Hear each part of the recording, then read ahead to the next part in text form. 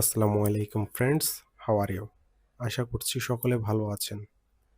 আজকে দেখব কিভাবে আপনি সহজে গুগলের লোকেশন পরিবর্তন করতে পারেন। অনেক সময় আমরা চাই অন্য দেশের রেজাল্ট দেখতে অথবা সার্চ ভিন্ন কন্টেন্ট পেতে।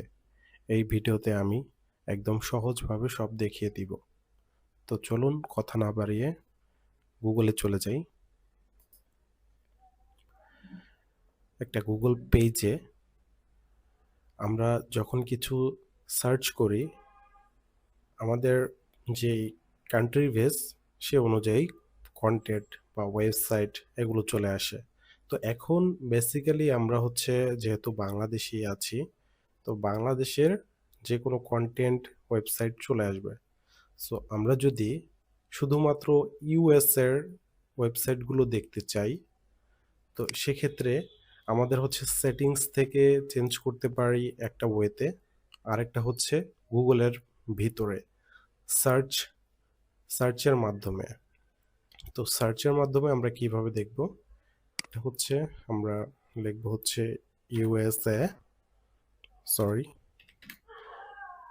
USA space .com। সো এটা লিখে আমি এন্টার প্রেস করলাম। এন্টার প্রেস করার পরে এখানে দেওয়া আছে গুগল ইউএসএ। তো এটাতে আমি চলে গেলাম। দেখুন, এখন আমাদের যতগুলো রেজাল্ট দিবে আমরা সার্চ করার পরে সব কিছু ইউএস বেস করে দিবে। অন্য কোনো কান্ট্রির যেই ওয়েবসাইটগুলো আছে এগুলো দিবে না। শুধুমাত্র ইউএস এর যত সব ওয়েবসাইটগুলো আছে এইগুলো দিবে। তো আমরা হচ্ছে আরেকটা ওয়েতে, এটা হচ্ছে মানে গুগলের আমরা ক্রোমের যে সেটিংস এখান থেকে চেঞ্জ করে থাকি। সো আমরা দ্বিতীয় ওয়েটা দেখে নিই। সাইন ইনে, আচ্ছা আমাকে ফার্স্ট অফ অল হচ্ছে লগ ইন করে নিতে হবে। সো আমি আগে লগ ইনটা করে নিই। এখন আমরা আমাদের মেল অ্যাড করার পরে এখন আমরা চলে যাব এখানে গুগল অ্যাকাউন্টে, একদম নিচে মোর সেটিংস। এখন এখানে দেখান আদার সেটিংস। আচ্ছা, ল্যাঙ্গুয়েজ অ্যান্ড রিজিয়ন চলে যাব। রেজাল্ট রিজিয়ন, এখান থেকে আমরা যে কোনো কান্ট্রি সিলেক্ট করতে পারি।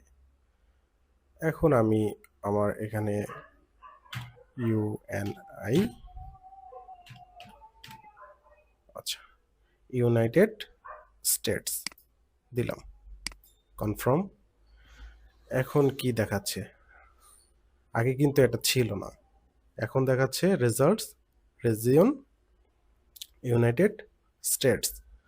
সো আমরা হচ্ছে এখন যেই সার্চগুলো করব এখানে সবগুলোই কি ইউনাইটেড স্টেটস থেকেই আমাকে রেজাল্টগুলো দিবে বা ওই ক্যাটাগরির রেজাল্টগুলো আমরা পাবো।